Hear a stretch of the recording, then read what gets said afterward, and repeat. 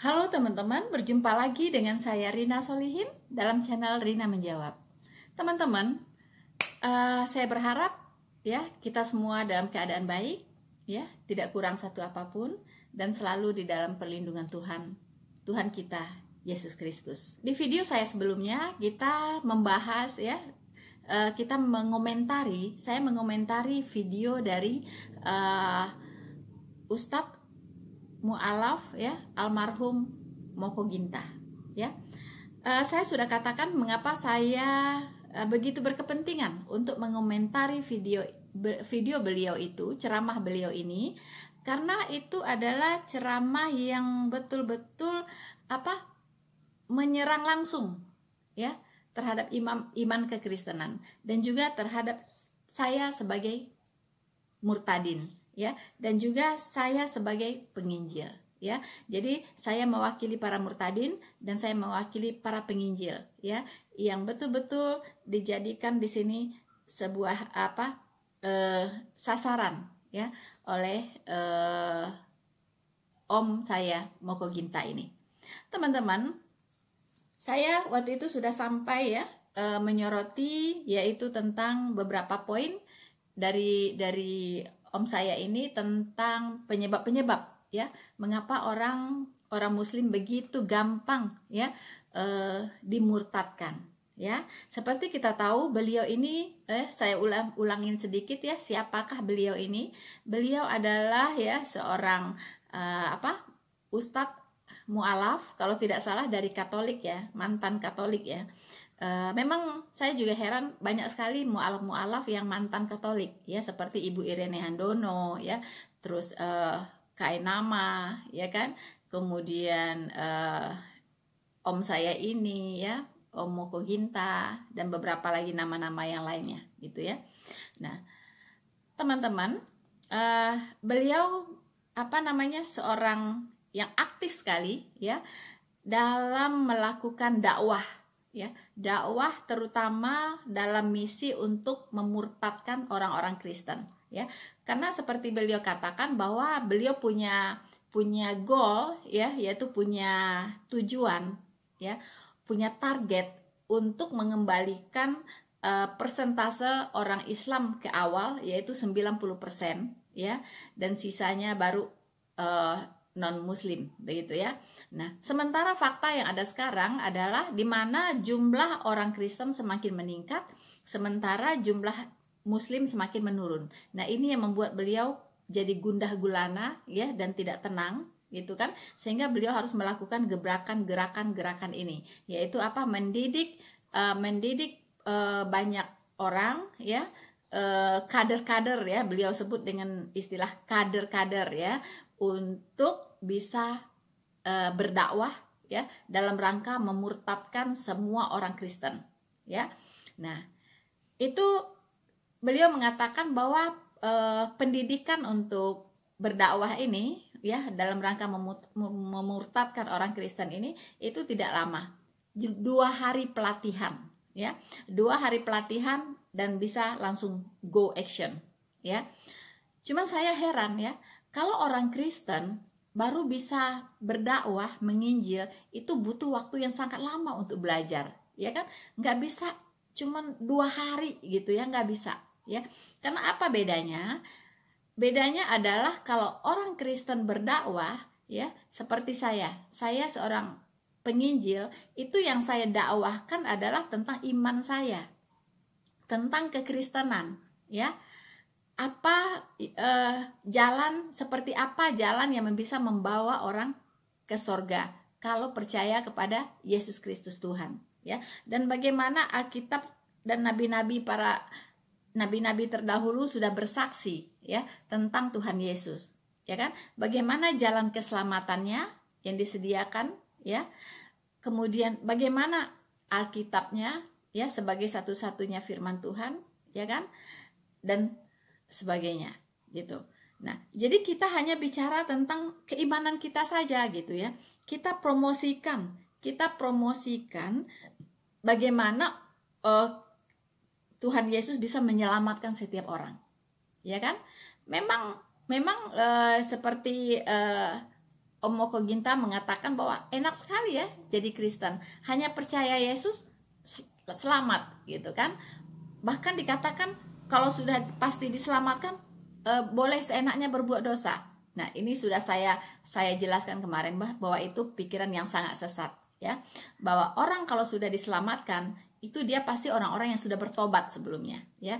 Karena tanpa pertobatan tidak ada pengampunan, tanpa pertobatan tidak ada keselamatan ya, tidak ada penebusan ya. Jadi orang-orang yang bertobat, kalau orang sudah bertobat, terima Tuhan Yesus dan dia dimateraikan dengan Roh Kudus, itu dia sudah enggan untuk berbuat dosa ya. Roh Kudus inilah yang akan mengendalikan hidup dia, yang akan mengontrol ya hidup dia, pegang kendali atas hidup dia, sehingga dia sudah enggan untuk berbuat dosa gitu ya.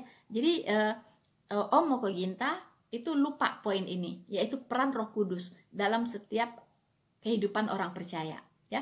Peran Roh Kudus ini sangat-sangat penting ya. Nah, ini yang dilupakan banyak orang di luar sana, terutama saudara-saudara muslim, tidak mengerti bagaimana peran Roh Kudus itu di dalam kehidupan orang percaya ya. Jadi Tuhan Yesus sudah membuat satu sistem pengendalian ya, yang dimateraikan di hati setiap orang percaya saat dia bertobat, terima Tuhan Yesus sebagai Tuhan dan Juru Selamatnya. Nah, ini tidak dimiliki oleh agama manapun di dunia ini ya. Hanya Kristen yang memiliki yang namanya Roh Kudus yang ada di hati kita, dimateraikan di hati kita saat kita percaya gitu. Jadi tidak dilepaskan begitu saja gitu ya. Kalau misalnya bertobat terus dilepaskan begitu saja, ya bisa aja berbuat dosa ke sana ke sini ya kan. Tapi tidak, Tuhan sudah menyiapkan satu cara yang sangat-sangat luar biasa, yaitu dengan pengendalian dari kuasa Roh Kudus. Inilah yang menuntun hidup setiap orang percaya sehingga dia sudah enggan berbuat dosa. Ini yang dilupakan oleh Om Moko Ginta ini ya. Nah, saya tidak tahu apakah waktu beliau masih di agama yang lama, di Katolik, beliau tidak mengerti sama sekali mungkin ya dengan sistem ini gitu ya. Bagaimana Tuhan membuat satu sistem yang luar biasa ya, dalam membentengi orang-orang yang sudah bertobat dan percaya kepadanya ini sampai kepada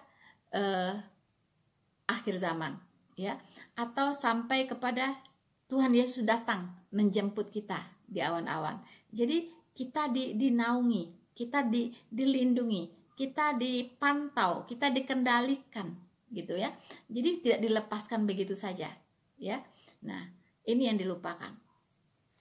Memang tidak, memang benar juga ya. Om Moko Ginta mengatakan bahwa gampang sekali masuk surganya orang Kristen. Ya, kemarin sudah kita bahas semuanya ya. Memang gampang. Allah yang Maha Kasih itu tidak akan membuat cara yang cara yang sulit gitu ya. Cara yang sebenarnya tidak bisa dilakukan oleh umatnya untuk ke surga ya. Pasti Allah yang Maha Kasih itu Allah yang Maha Tahu ya. Dia akan menyiapkan cara yang memang umat manusia ini mampu untuk melakukannya begitu ya. Nah, Tuhan Yesus mengatakan bahwa kuk yang kupasang itu tidaklah berat, ya kan? Ya, Tuhan Yesus tidak memberikan syarat yang terlalu berat ya untuk bisa mendapatkan keselamatan itu. Ya, percaya kepada Tuhan Yesus, bertobat sungguh-sungguh, ya kan? Kemudian mempunyai iman yang benar kepada Tuhan Yesus ya, meyakini bahwa dia sudah mati di kayu salib bagi pengampunan dosa kita, dan ini yang penting, dan kita hidup bagi Kristus karena dia sudah mati bagi kita. Terjadi transaksi rohani ya. Ini yang banyak tidak dipahami orang ya. Transaksi rohani, apa artinya hidup bagi Kristus? Yaitu kita hidup seturut dengan firman-Nya. Nah, ini yang tidak dipahami ya oleh banyak orang. Sehingga orang-orang Kristen yang dulunya Kristen KTP akhirnya bisa murtad karena tidak memahami konsep ini begitu ya. Dan mereka menganggap ya kan? Apalagi kalau ada orang-orang pendakwah yang seperti sekelasnya Om Moko Ginta ya kan, itu udah susah sekali gitu untuk mempertahankan imannya, karena nggak mengerti, nggak paham gitu ya. Makanya saya selalu mengatakan sebagai orang Kristen, yuk pahami apa yang kita imani, miliki pengetahuan Alkitab yang benar, yuk belajar, terus belajar firman Tuhan, yuk terus belajar ya, ikuti pendalaman-pendalaman Alkitab yang Alkitabiah ya. Nah, ini akan membantu sekali gitu. Ya kan?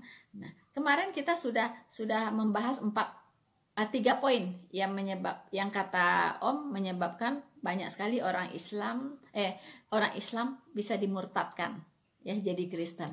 Pertama, banyak Islam awam. Ya kan? Nah, kemarin kita udah bahas ya, dan tidak semua gitu Islam awam. Seperti saya bukan Islam awam ya, saya belajar Al-Quran, bahkan bahasa Indonesianya saya pelajarin, jadi saya tahu artinya gitu ya. Maaf kalau saya ujung-ujungnya akhirnya murtad ya. Nah, karena bagi saya setuju dengan Om Moko Ginta yang dia mengatakan bahwa semua agama itu tidak sama. Ya betul, justru inilah hot button saya ketika saya bertobat terima Yesus, karena saya saya meyakini bahwa tidak semua agama ini tidak sama, pasti berbeda gitu ya. Nah, tapi dari semua agama ini mana yang benar, itu persoalannya gitu. Kalau bagi Om Moko Ginta, bagi dia Islam yang benar, oke saja gitu, itu pemikiran dia gitu. Tapi bagi saya Kristen lah yang benar gitu, karena saya melihat semua sifat-sifat Allah itu ya, sifat dasar Allah seperti maha benar, maha suci, maha adil, ya kan, maha kasih, itu harus tercermin di dalam firman-Nya, yaitu Alkitab, ya kan. Nah, kalau ada sifat-sifat yang tidak sesuai dengan sifat-sifat yang 4 tadi, sifat dasar Allah tadi, bagi saya itu bukan firman Allah gitu. Itu bukan kitab firman Allah gitu. Nah, makanya saya ketika membaca Alkitab langsung jatuh cinta. Kenapa? Karena semua sifat-sifat tadi, Allah maha benar, Allah maha kasih, Allah maha kudus, Allah maha tahu, itu dicerminkan oleh firman-firmannya yang ada di Alkitab. Saya bisa melihat wujud Allah ya, yang maha kasih itu, yang maha benar itu, yang maha tahu itu, yang maha adil itu di Alkitab. Makanya saya memilih Alkitab sebagai satu-satunya firman Allah. Ya kan? Dan saya memilih Tuhan Yesus sebagai Tuhan dan juru selamat saya. Nah, begitu ya. Tapi kalau Om Moko Ginta dan teman-temannya yang lain ya memilih Islam, itu pilihannya. Ya, is oke aja gitu. Ya kan? Nah, oke. Jadi kemarin ada 3 poin yang menurut Om Moko Ginta itu adalah penyebab ya Islam mudah jadi murtad. Pertama, awam ya. Yang kedua, banyak yang miskin ya. Saya kira enggak juga gitu ya. Banyak juga kok orang Islam yang apa namanya, yang hidupnya juga berkecukupan gitu, bahkan berkelimpahan juga banyak kok ya. Enggak semua orang Muslim itu miskin. Bahkan orang-orang yang berpendidikan tinggi ya dan juga berkecukupan juga ada kok yang murtad jadi Kristen. Banyak yang saya kenal juga gitu kan. Kemudian berpendidikan rendah itu juga kecil kemungkinan gitu ya, berpendidikan rendah. Karena kalau untuk menjadi Kristen minimal dia punya logikanya agak tajam sedikit lah, ya kan. Dia punya akal sehatnya yang bisa lah diandalkan gitu. Kalau dia cuma punya iman-iman buta, itu nggak bisa jadi Kristen gitu, ya kan. Nah, kemudian yang keempat ya, apa yang dikatakan oleh Om Moko Ginta ini, maka kita akan mendengarkan dulu apa yang menyebabkan orang Islam ini mudah sekali dimurtadkan, ya kan. Nah, tapi teman-teman, sebelum kita mendengarkan pernyataan Om Moko Ginta, saya ingin mengingatkan dulu teman-teman supaya jangan lupa untuk like, subscribe, and share video ini ya. Dan ini adalah bentuk dukungan Anda untuk channel penginjilan ini. Amanat agung, ya kan? Amanat agung ini diperuntukkan untuk semua orang percaya, ya kan? Untuk semua kita orang percaya. Apa itu amanat agung? Yaitu untuk memberitakan Injil, ya. Nah, Injil ini harus diberitakan kepada semua makhluk, ya. Jadi kita melihat banyak sekali di sini, ya, perintah-perintah untuk memberitakan Injil di Alkitab. Kita bisa lihat di Matius 28 ayat 18 sampai 20. Kita juga bisa lihat di Markus 16 ayat 15 sampai 16. Kita juga bisa lihat di Kisah Para Rasul 1 ayat 8. Kemudian kita bisa lihat di Kisah Para Rasul 13 ayat 47. Itu semua tentang amanat agung, yaitu perintah untuk memberitakan Injil, ya, teman-teman. Nanti akan kita lihat, ya, ayat-ayat ini berkata tentang apa, begitu ya. Nah, tapi teman-teman, sebelumnya, ya, inilah saya ingin mengatakan dulu bahwa jika teman-teman mendukung channel ini dan bisa men-share banyak ke link-link Anda, maka secara tidak langsung Anda sudah mendukung penginjilan, ya. Secara tidak langsung Anda sudah terlibat dalam menjalankan amanat agung, ya kan, teman-teman, ya. Nah, jadi silakan share sebanyak-banyaknya video-video saya supaya banyak orang mengenal kebenaran dan diselamatkan. Dan tentunya upah bagi Anda sudah tersedia. Oke, teman-teman, kita akan lihat dulu apa kata om saya selanjutnya, ya, yang menyebabkan banyak sekali orang Islam menjadi Kristen.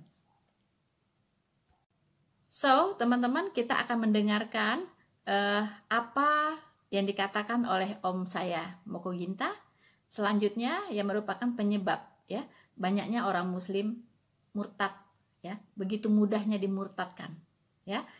Kita saksikan bersama-sama, ya, kita saksikan bersama-sama. Kemudian yang kelima, kenapa banyak orang Islam mudah dimurtadkan? Karena banyaknya pembusukan yang dilakukan oleh para misionaris penginjil terhadap orang Islam. Tuh, pembusukan. Apa saja pembusukan terhadap Islam? Nah, contoh masalah solawat kepada Nabi. Jangan pandang enteng, solawat itu jadi senjata andalan orang Kristen. Salawat Nabi. Kita tidak menyadari. Apa kata orang Kristen? Nabi Muhammad katanya masih dikubur sampai saat ini, belum selamat. Makanya beliau minta kirimin belum diadili. Nah, kalau beliau aja belum selamat, apalagi kami, kata umatnya, kan? Ya logis dong.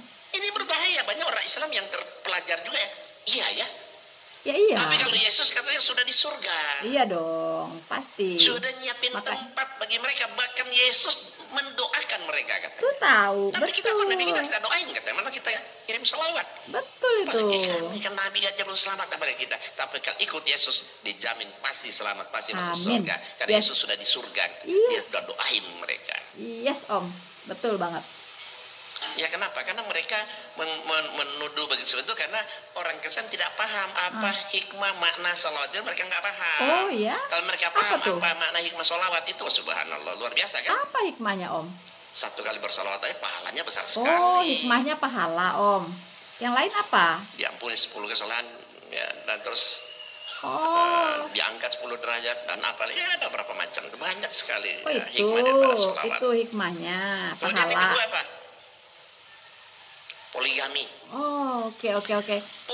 Tunggu, Om. Ya.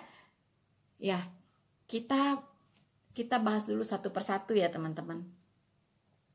Kata Om Moko Ginta, ya, penyebabnya yang lain yang menyebabkan orang Muslim mudah untuk menjadi Kristen, ya kan?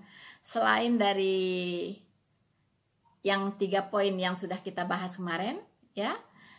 Itu adalah salawat Nabi, ya kan? Nah, salawat Nabi itu mendoakan Nabi dan keluarganya supaya selamat, ya kan? Itu namanya salawat Nabi.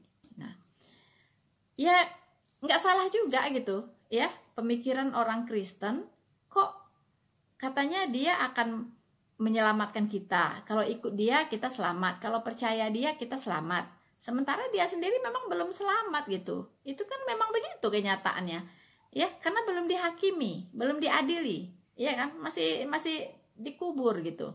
Nah, Tuhan Yesus itu sudah di sorga, memang begitu. Bahkan di seluruh dunia itu mengakui bahwa Tuhan Yesus itu sudah terangkat ke sorga. Itu seluruh dunia mengakui. Makanya ada dirayakan juga gitu ya, hari pengangkatan Tuhan Yesus ke sorga gitu. Dan itu di kalender internasional tercatat gitu kan. Memang benar gitu, memang benar. Dan bahwa Tuhan Yesus sudah menyiapkan tempat kita di sorga itu juga benar, ya kan? Nah, Tuhan Yesus mengatakan bahwa di rumah Bapakku banyak tempat tinggal, ya kan? Nah, di mana aku berada, engkau pun berada, ya kan? Nah, aku pergi ke situ untuk menyiapkan tempat bagimu, supaya di mana aku berada, engkau pun berada. Jelas gitu. Jelas janji Tuhan Yesus itu ya dan amin, begitu. Jadi orang Kristen bicara begitu itu karena memang faktanya sedemikian, Om, ya kan? Nah, jadi nggak ada yang salah dengan itu, nggak ada yang salah gitu. Emang itulah realita yang ada gitu, ya. Jadi bukan berarti kita merendahkan Muslim, enggak. Memang begitulah kenyataannya. Kan memang iya, salawat Nabi itu kan memang mendoakan Nabi, begitu kan, dan keluarganya.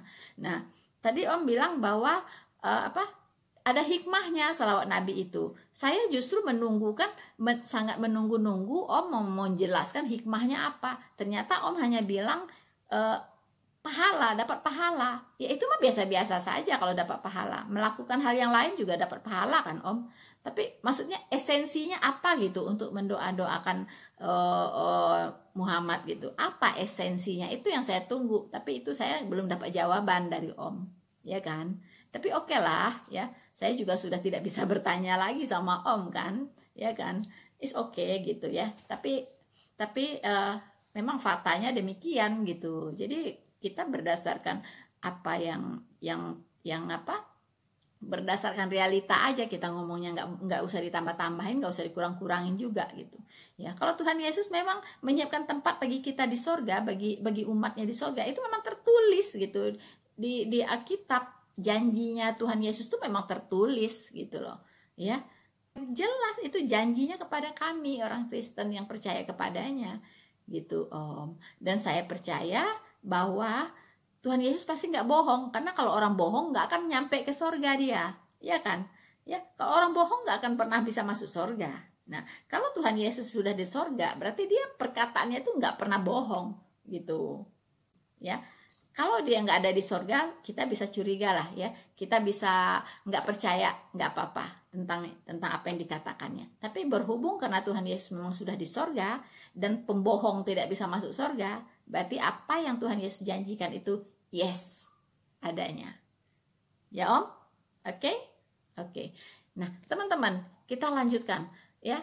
Faktor apa lagi yang menyebabkan Muslim ini mudah sekali dimurtadkan? Kita dengarkan bersama-sama.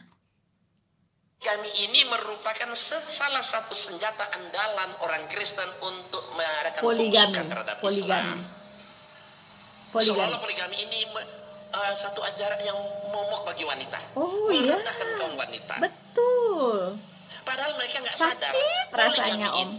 Sakitnya tuh di sini Om. Sakitnya tuh di sini. Padahal poligami itu sudah ada jauh sebelum Rasulullah lahir.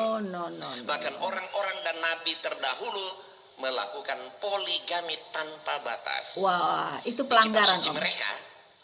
Nabi-nabi di kitab suci mereka, Nabi Abraham punya banyak istri. Betul. Loh, bukan cuma 2, bukan cuma Sarah dan Hajar. Ketura lagi satu. Nabi Daud punya banyak istri, banyak selir. 1000 Nabi Yakub punya ada banyak istri, ada banyak selir. Yes. Nabi Sulaiman 1000. Dia punya istri berapa? 700. Tambah gundik 1000. Berapa? 300. Ya. 1000. Jumlah istri Nabi Sulaiman, Salomo di Bible mereka 1000. Aduh. Coba kalau 1000 ya, satu malam dia gilir satu. Untuk kembali ke sana 3 tahun loh. Bisa ngegilir ya? 1000 hari kan 3 tahun. Coba. Aduh, kerja keras ya Om ya, ngegilir tiap hari Om. Nah, jadi tidak ada batasannya orang poligami. Nah, dengan kedatangan Rasulullah SAW, ya, dibatasi paling banyak 4, tapi kalau tidak bisa berbuat adil, ya 1. Ya, tapi ada yang nggak adil juga 4 loh Om. Coba. Aduh. Untuk apa Allah menciptakan wanita jauh lebih banyak? Oh, alasannya itu. Kalau Allah tidak memberi solusi. Wanita lebih Poligami banyak. itu solusi, bukan wajib loh. Oh, Ingat, solusi, bukan Om. wajib. Kalau poligami itu wajib, saya yakin nih bapak-bapak ini yang mampu lahir batin istri cuma satu dosa. Dosa dong kali istri satu kan. Kalau mampu dia istri tetap satu dosa. Karena poligami bukan wajib. Cuma ya dibolehkan tapi bersyarat. Kadang-kadang kita menikah istri mandul, mau sampai mati gak punya keturunan. Aduh, kasihan. Ya, kan? Kasihan, Om. Kita menikah istri monopos dini, ada istri 40 tahun monopos dini, laki-laki itu gak ada pre-prenya. Aduh, kasihan wanitanya, Om. Laki itu berpuluh-puluh tahun dia tersiksa loh. Aduh. Karena istrinya nggak mau meladeni lagi kan, karena monopos dini. Aduh, Tuhan. Karena dia berzina. Mana lebih baik? Masih mau berzina, Om. Kan? Aduh. Atau perempuan ada terjangkit penyakit kelamin, dokter melarang, gimana? Aduh. Dalam satunya itu poligami. Ya. Tapi suaminya harus mengendalikan diri dong, Om. Di poligami justru mengangkat harkat wanita dan melindungi iman kaum. Aduh, pria. Berarti kaum prianya nggak beriman ya, Om ya. Aduh, Tuhan. Hadirin. Karena orang Kristen sering menyerang poligami sama kita. Ibu-ibu, bapak-bapak kasih pertanyaan sama orang Kristen, tanya, menurut Anda laki dan perempuan di muka bumi ini 1 banding berapa? Berapa, Om? Ya kan? Berapa ya? Ada kakak kandung saya. Kakak kandung saya wakil pastor loh. Aduh, kasihan, Om. Ketika saya pulang ke Manado, dialog mana dia serang sama saya poligami. Oh, oke. Terus saya poligami. Oke, Om. Teman-teman. Faktor berikutnya yang menyebabkan Muslim gampang untuk dimurtadkan. Tentunya dalam tanda kutip wanita Muslim. Ya, wanita Muslim gampang dimurtadkan karena poligami. Ya. Teman-teman, ini adalah salah satu penyebab juga mengapa saya keluar dari Islam. Karena poligami itu bagi saya sakitnya tuh di sini gitu ya. Sakitnya tuh di sini gitu. Nggak tahan saya, mana tahan diduakan, mana tahan ditigakan, diempatkan. Nggak bisa, saya nggak bisa. Ya kan? Tadi Om mengatakan bahwa poligami itu tujuannya untuk mengangkat martabat wanita. Martabat apa martabak, Om? Mengangkat martabat wanita kali, Om ya? Aduh Tuhan, mengangkat martabat dari mana? Ya kan, dari mana? Ya. Oh, mungkin banyak wanita yang janda, miskin, udah janda, udah miskin, ya kan? Nah, hidupnya terlantar, lalu datanglah laki-laki yang perkasa, ya, melamar janda ini dan dijadikan istrinya. Kalau itu saya setuju. Ya, tapi faktanya, ya, suami-suami ini berpoligami cari yang lebih muda dari istrinya. Ya kan, cari yang lebih cantik dari istrinya, ya kan, cari yang lebih segalanya dari istrinya. Coba dikasih janda tua, mau nggak? Janda tua udah melarat hidupnya, kasihin tuh, suruh kawinin, mau nggak? Saya jamin nggak mau. Ya, jadi please deh, ya, jangan ada dusta di antara kita, ya kan? Suami-suami yang mau nikah lagi pasti nyarinya daun muda. Di mana-mana begitu. Nggak ada saya pernah lihat orang punya istri kedua, ketiga, keempat itu lebih tua dari istri pertamanya, itu nggak ada. Lebih jelek dari istri pertamanya saya belum pernah lihat. Lebih dekil dari istri pertamanya saya belum pernah lihat. Yang saya lihat adalah istri berikutnya itu lebih dari istri-istri sebelumnya. Lebih muda, lebih cantik, lebih bahenol, ya kan? Ya kan? Nah, itu faktanya. Jadi apa? Mengangkat martabat siapa? Itu. Mengangkat martabat wanita mana? Iya kan? Nah, itu bagi saya itu alasan aja, pembenaran, ya. Itu pembenaran. Sekarang jujur, ya. Ada nggak wanita, ya? Wanita di saat dia melakukan akad nikah, melaksanakan akad nikah, ya kan, Di situ siapa yang menikahkan itu ya, yang menikahkan itu mengatakan, misalnya namanya Fatimah, ya, apakah engkau menerima misalnya satu Ahmad gitu, Fatimah, apakah engkau bersedia menerima Ahmad sebagai suamimu? Bersedia, Pak, ya kan? Apakah engkau bersedia untuk dipoligami? Sayangnya itu tidak diucapkan saat akad nikah. Saya percaya ketika itu ditanyakan ya kepada si wanita ini, pasti dia mengundurkan diri, nggak jadi nikah. Saya jamin. Ada berani nggak? Ada yang berani nggak coba? Ya, di saat akad nikah katakan ya, apakah engkau siap dipoligami? Saya jamin 1000% tidak ada wanita itu yang siap dipoligami saat dia mulai menikah. Sebelum menandatangani akad nikah itu. Ya, nggak ada, kecuali dia udah gini ya, ada yang konslet di otaknya kali ya.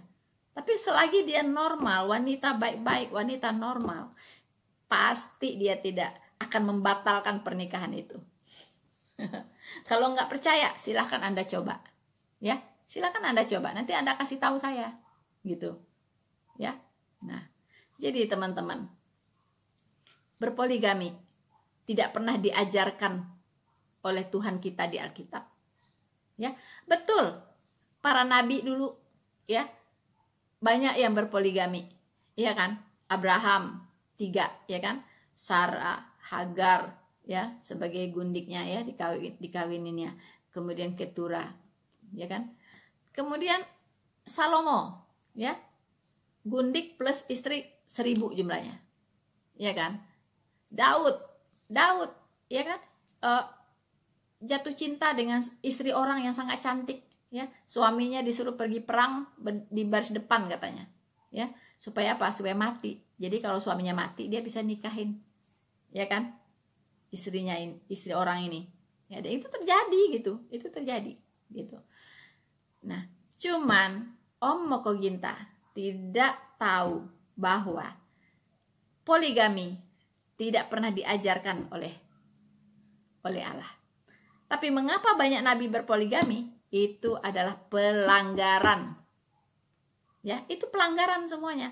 Salomo jatuh ke dalam penyembahan berhala itu karena berpoligami. Karena orang yang menyembah berhala pun dikawinin sama dia. Semua aja dikawinin, ya. Orang yang nggak percaya Tuhan, nyembah berhala, itu pun dikawinin gitu. Akhirnya dia mungkin dirayu-rayu oleh istrinya, ya kan? Dirayu-rayu, akhirnya ikut-ikut nyembah berhala gitu. Nah, itu tidak tercatat di Al-Quran memang. Tapi kalau di Alkitab itu ya, saya kasih tahu ya. Om Moko Ginta saya kasih tahu. Dan ini semua Anda lah yang Muslim, saya kasih tahu. Alkitab itu mencatat sisi baik dan sisi buruk dari tokoh-tokoh Alkitab. Ya, jadi jangan anggap kalau dia nabi dia pasti perfect gitu, ya. Dia sempurna gitu.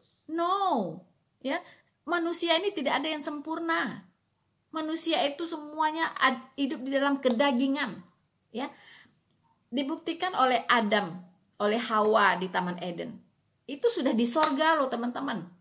Ya, dia hidup udah dekat sekali dengan Allah, bergaul dekat dengan Allah, tapi dia masih bisa jatuh ke dalam dosa.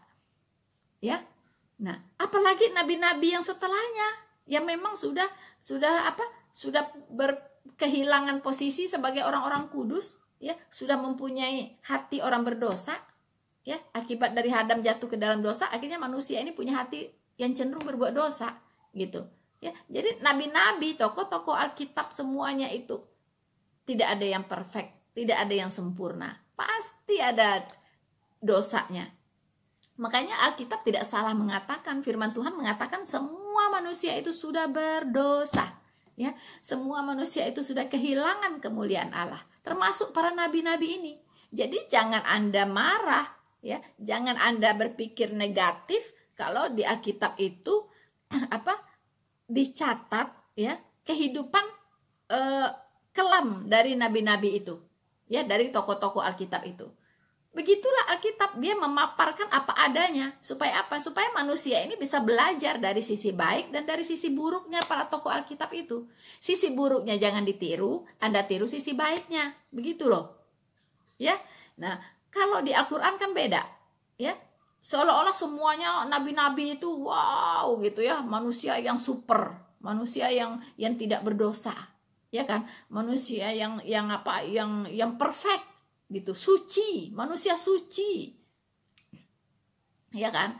Nah, dianggap Al-Quran memuliakan para nabi, bukan cara begitu memuliakannya gitu, ya, bukan menyembunyikan menyembunyikan sejarah gelapnya para nabi itu lalu memuliakan nabi, bukan begitu, ya kan? Tuhan mau kita belajar dari kesaksian para nabi ini, kita belajar dari kehidupan mereka.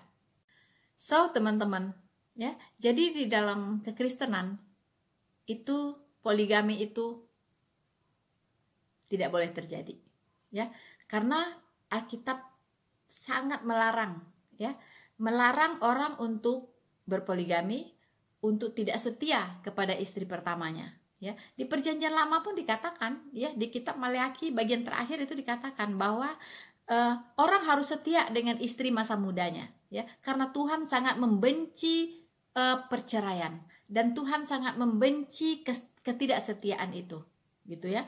Nah, di Perjanjian Baru pun sama, ya. Kita bisa lihat di Matius 19 ayat 3 sampai 9. Ini pengajaran tentang pernikahan, ya, tentang perkawinan, ya. Nah, saya akan bacakan untuk kita semua Matius 19 ayat 3 sampai 9. Jawab Yesus, "Tidakkah kamu baca bahwa Ia yang menciptakan manusia sejak semula menjadikan mereka laki-laki dan perempuan, ya.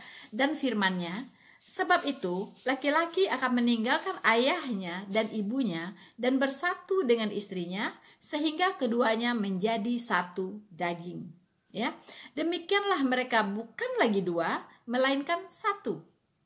Apa yang telah dipersatukan oleh Allah tidak boleh diceraikan oleh manusia." So, jelas, ya. Pria dan wanita, ya, terikat dalam satu perkawinan itu atas izin Allah. Dipersatukan oleh Allah, ya.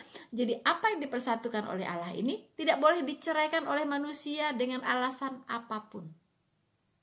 Ya, teman-teman. Jadi kalau sepasang wanita, pria dan wanita Kristen kalau menikah itu untuk selamanya.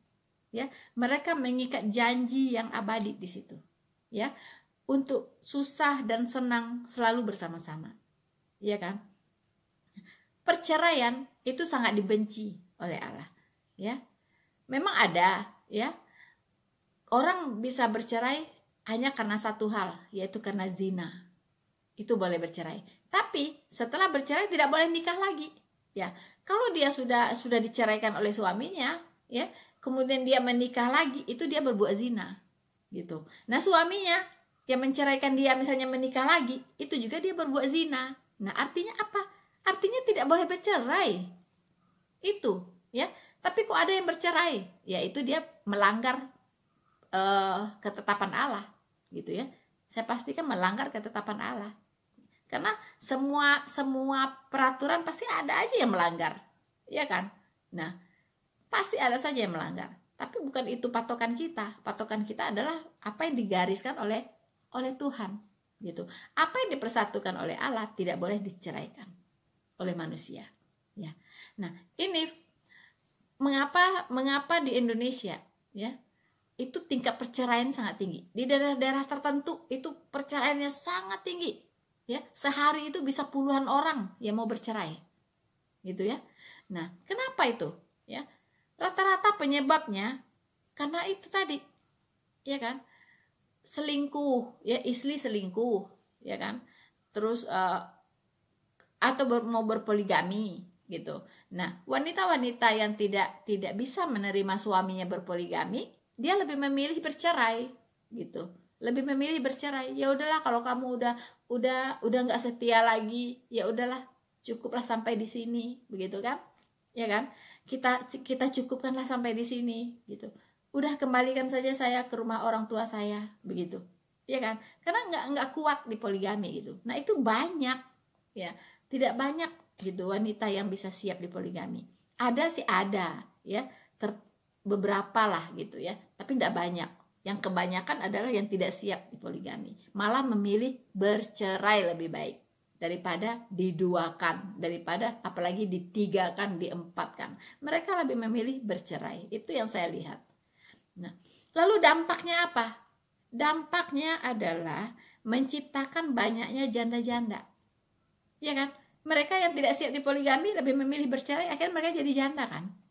Ya, janda-janda gitu. Nah, kemudian menciptakan banyaknya anak-anak yang kekurangan kasih sayang, ya. Akhirnya mereka menjadi anak-anak yang broken home, ya kan? Yang kehilangan ayahnya, ya kan? Kemudian juga tidak kuat melihat penderitaan ibunya, ya kan? Setelah berpisah dengan ayahnya harus bekerja, harus mengalami banyak kesulitan dan sebagainya. Mungkin bisa jadi anak ini harus berhenti sekolah, harus membantu ibunya mencari uang. Itu banyak sekali dampak dari poligami. Kenapa Om Mugunginta hanya bisa melihat dikatakannya tadi sebagai solusi gitu ya. Solusi karena apa? Karena jumlah wanita lebih banyak dari pria. Hello. Siapa bilang? Ya.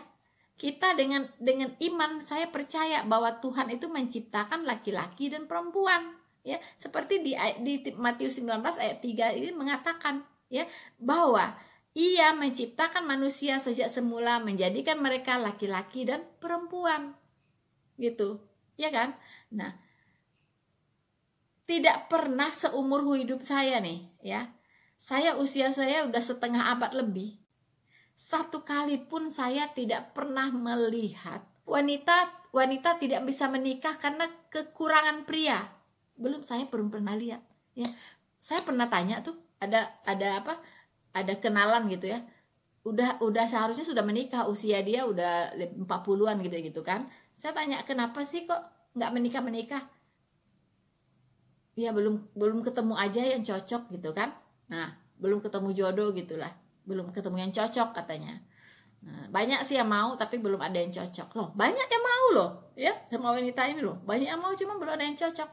Terus saya tunggu-tunggu gitu ya alasan dia. Mungkin nggak ya dia ngomong gini, laki-lakinya kurang. Saya nggak nemu laki-laki gitu. Iya kan? Kurang gitu. Saya nggak nemu lagi tuh mana laki-laki yang bisa saya nikahi, nggak ada. Udah habis. Nggak ada, saya nggak pernah ketemu gitu. Udah setengah abad lebih saya hidup, saya belum pernah ketemu orang tidak menikah karena kekurangan laki-lakinya. Nggak ada gitu. Ya. Nggak ada gitu.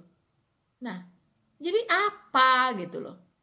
Ya, saya yakin lah Tuhan itu menciptakan laki-laki dan perempuan itu sepasang-sepasang. Tuhan itu menciptakan semua makhluk itu sepasang-sepasang.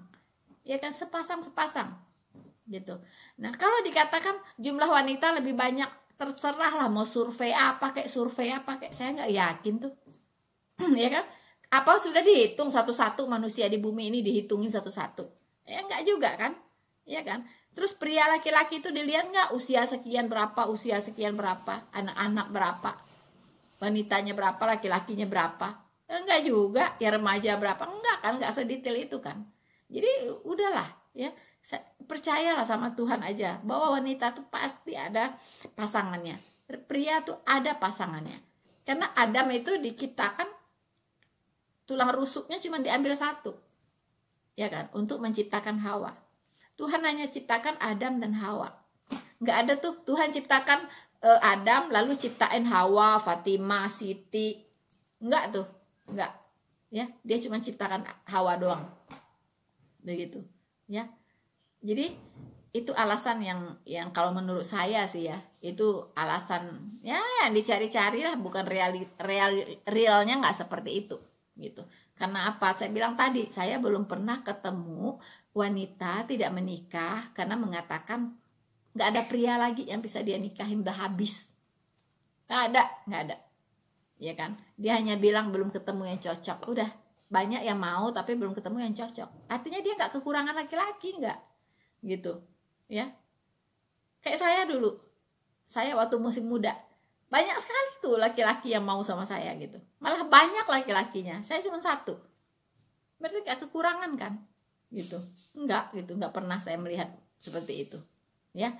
Nah justru ya yang apa, kalau saya melihat poligami itu ya bukan dari sisi itunya ya, saya melihat dari dampaknya, dampak serius dari poligami ini ya, yaitu dampak kepada wanitanya, dampak kepada anak-anaknya. Itu dampak buruk semuanya ya kan, berdampak sangat buruk gitu. Menciptakan anak-anak yang frustasi, menciptakan anak-anak yang broken home, anak-anak yang kehilangan hope, anak-anak yang kehilangan kasih sayang begitu ya.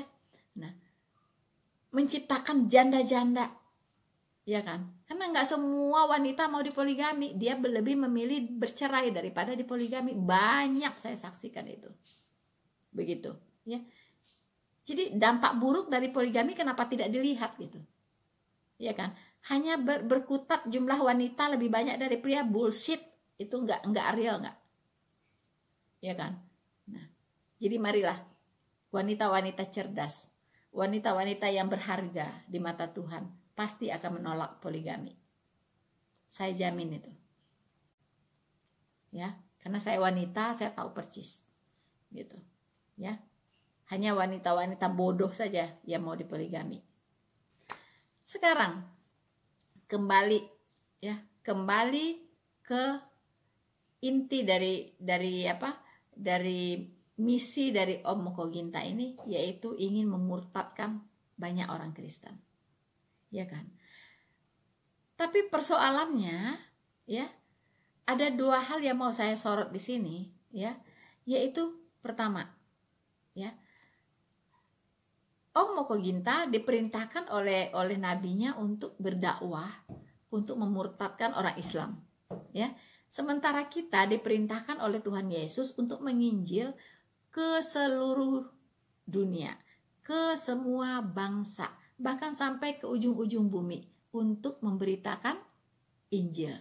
Nah, di sini di dunia ini akan terjadi apa ya? Orang-orang yang sangat-sangat getol untuk berdakwah, yaitu penginjil dan pendakwahnya Islam gitu, ya.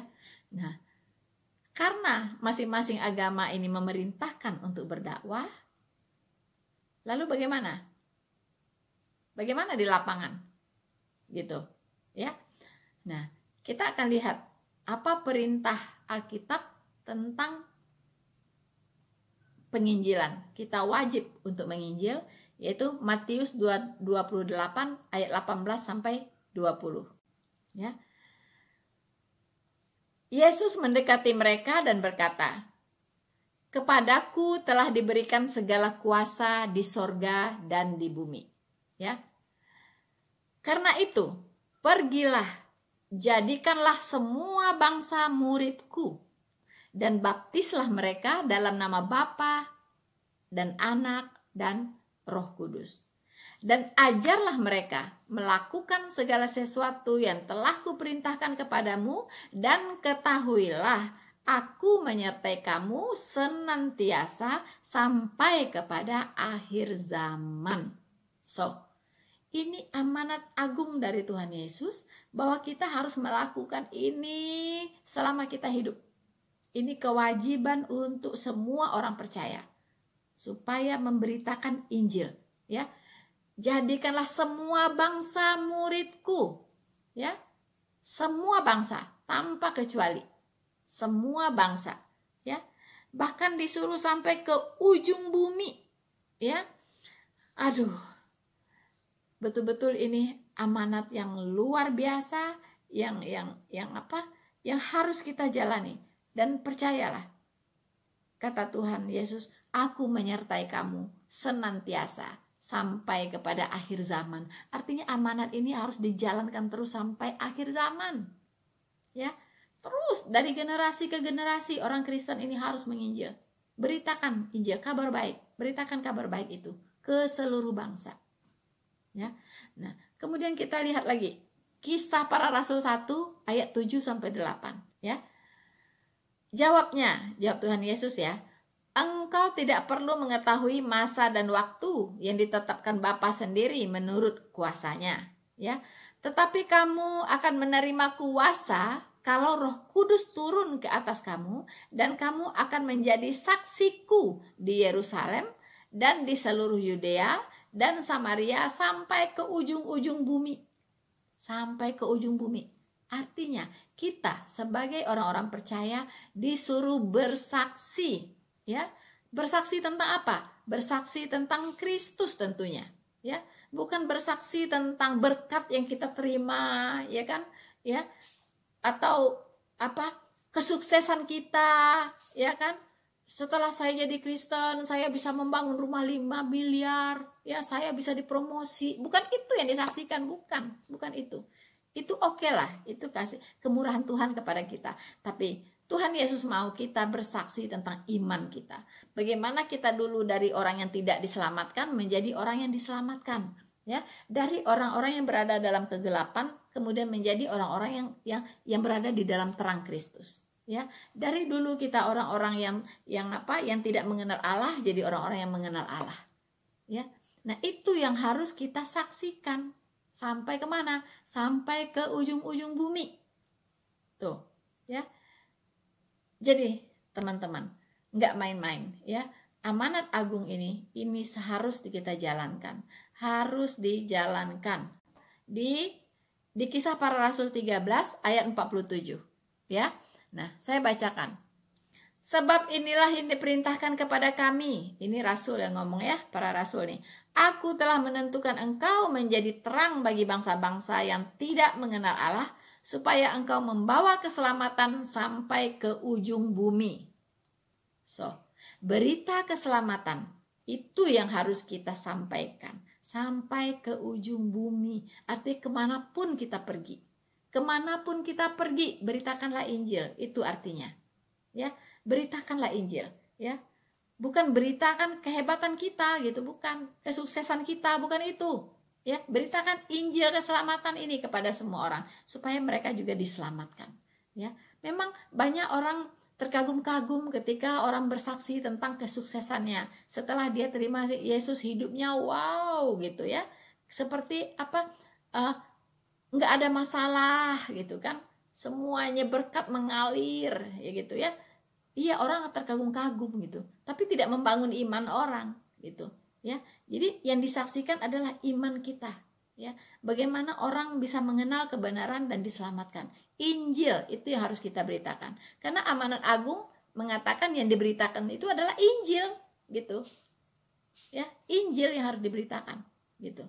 Nah, jadi teman-teman, ya, kalau Tuhan kita memerintahkan kita memberitakan Injil, ya kan?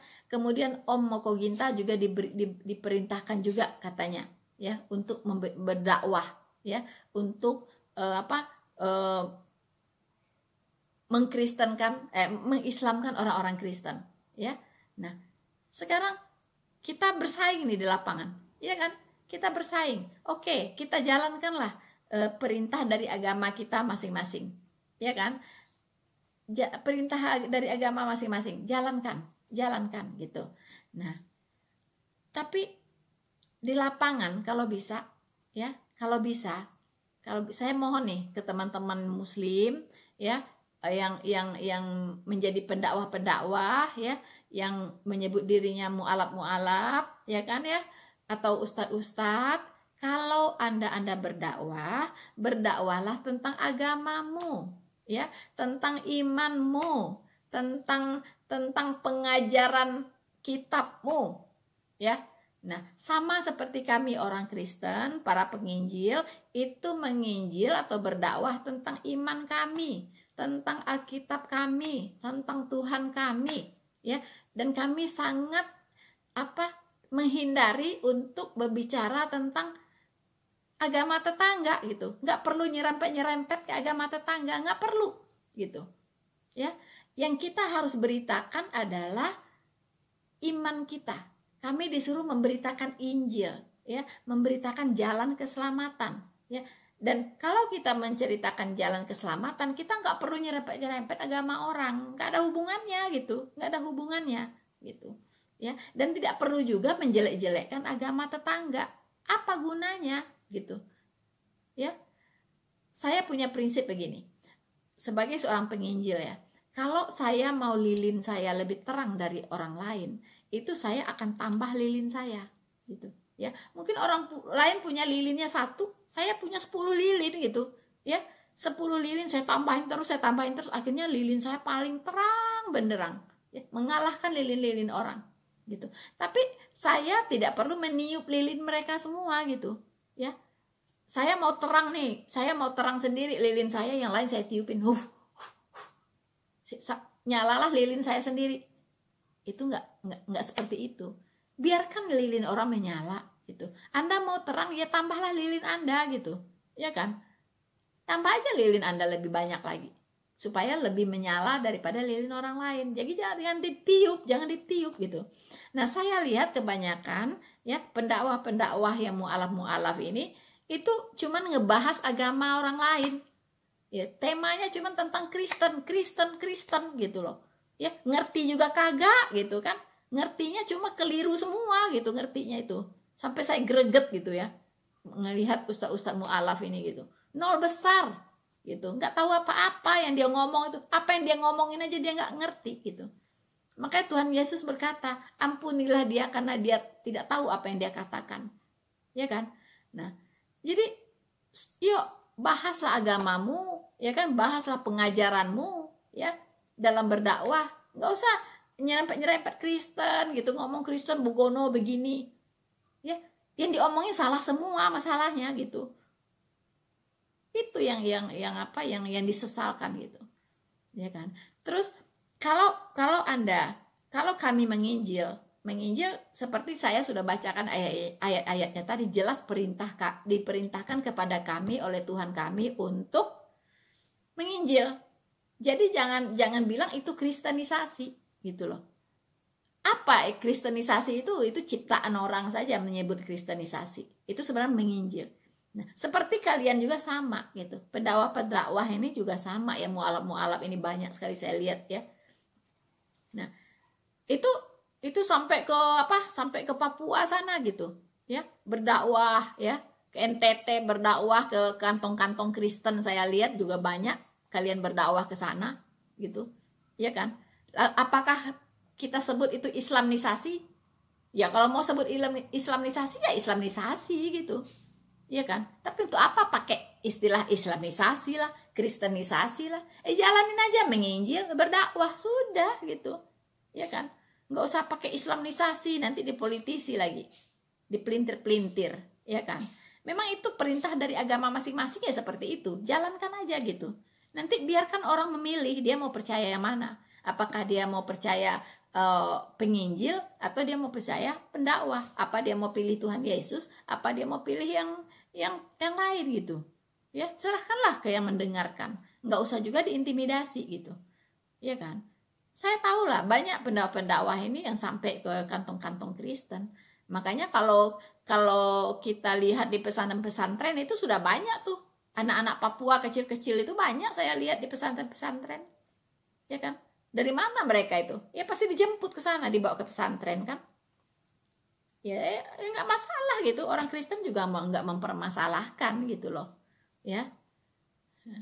Kalau dikatakan ya mereka diiming-iming mau disekolahkan, ya kan, biayanya gratis, ya iyalah masukin ke pesantren ya gitu, ya tapi nggak apa-apa lah gitu, kita juga nggak masalah kok, itu kan, ya. Tapi kalau kita lah menginjil, kita memberitakan Injil, janganlah dibilang itu kristenisasi lah, apa segala macam gitu kan. Nah, sama-sama aja berjalan damai, ya kan, begitu. Dengan damai kita berjalan bersama. Ya, damai itu kan indah, ya. Ya. Nah, oke, teman-teman, ya. Oke. Saya kira untuk kali ini ya, sekian dulu yang bisa saya tanggapin tentang videonya Om almarhum Moko Ginta.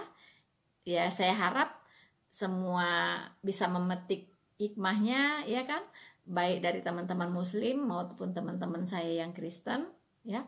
Kita ambil baiknya, kita buang buruknya, ya. Oke, teman-teman semuanya, semua bermanfaat untuk Anda semua. Jangan lupa like, subscribe, and share video ini. Dan jangan lupa video-videonya jangan di skip ya. Tuhan Yesus memberkati semuanya. Maranatha.